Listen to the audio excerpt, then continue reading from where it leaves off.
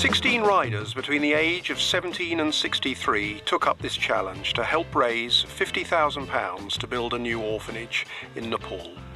For too many of us, this was a last of the summer wine challenge in every sense, since some had not ridden a bike since their school days. Yapton Free Church has supported the Nepalese orphanage since 2004. Then there were 12 children. Now there are 35, and there is a need to house 15 more. It has been made all the more urgent because this family must leave their rented house later this year.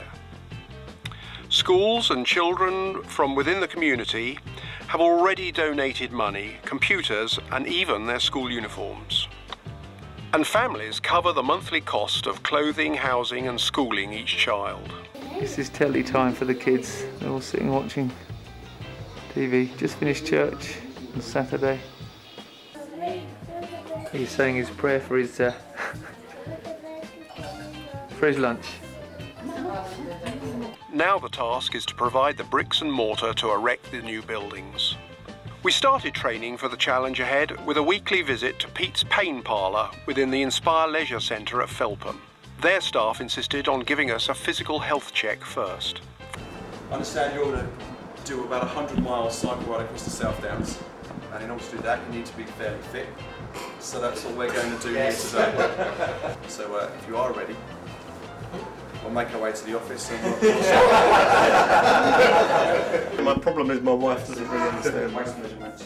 Oh really? They all say that to me. Yeah, does things to my blood pressure. Yes. It's not finished yet. What breakfast did you want? A full breakfast? Yeah. Oh yes. That's it. Come on, I want to see those legs. Come to. I want to see you going up there.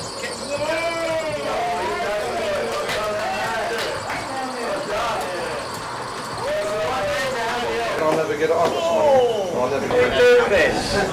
Why do we do this? Put this ourselves through this agony. The three-day route started from Winchester on Friday the 19th of September and took us the 98 miles up and down 26 small mountains along the South Downs Way to Beachy Head and Eastbourne. Not satisfied with that, Mark went one further, returning back along the same route to pick up his car. We met on Thursday night at St Catherine's Church Hall, Littleton, for the first of our high-carbohydrate meals, cooked up in Gerald's Field Kitchen by Ron the baker and his comic chef, Charlie. This team were up again at 5 AM to feed us freshly baked bread and honey-coated flapjacks. The aroma alone got us out of bed and on our way to Winchester by 8 o'clock. King Alfred's statue in the centre of Winchester marks the start of this challenge, and an introduction to camera technique for our pitman Steve and his wife Rosie. Are you all leaving now? Yeah. But now you want me to fall off, don't you? Yeah, please. Without hitting me. I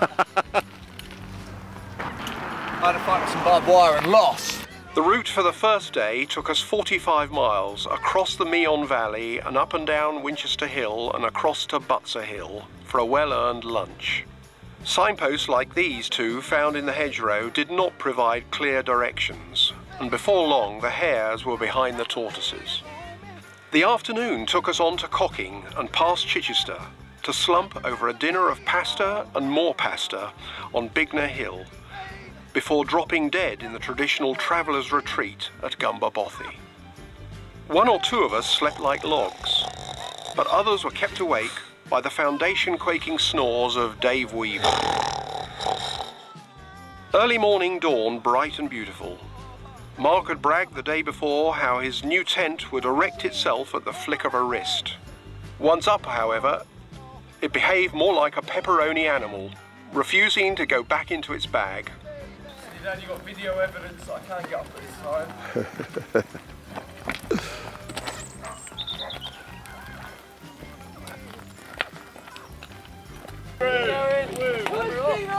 Come on, Stephen!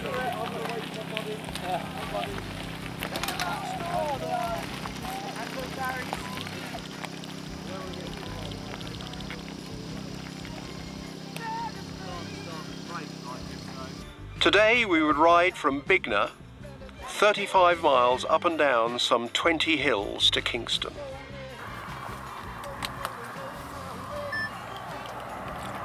The first marshal check was at Houghton, where Alan Hunt was on hand to guide, film and interview us through. How are you feeling, Barry? Quick shot to camera, not want to hold you up. No. Andrew, hello. Bit saddle sore still. Then it was up and down some serious hills across the downs, all the way to our roadside rendezvous at Upper Beeding for lunch. Back up on the downs, we passed Devil's Dyke, and then went on to Ditchling Beacon, where a wayward ice cream van caught everyone's attention.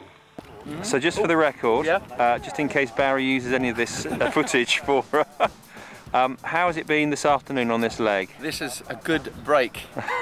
Nice ice cream, it's been good, yeah? Yeah. Now north of Brighton, we dropped down to cross the A27 before hitting what many described as a wall. A 5-mile long ascent and equally steep descent down into Kingston for our second night.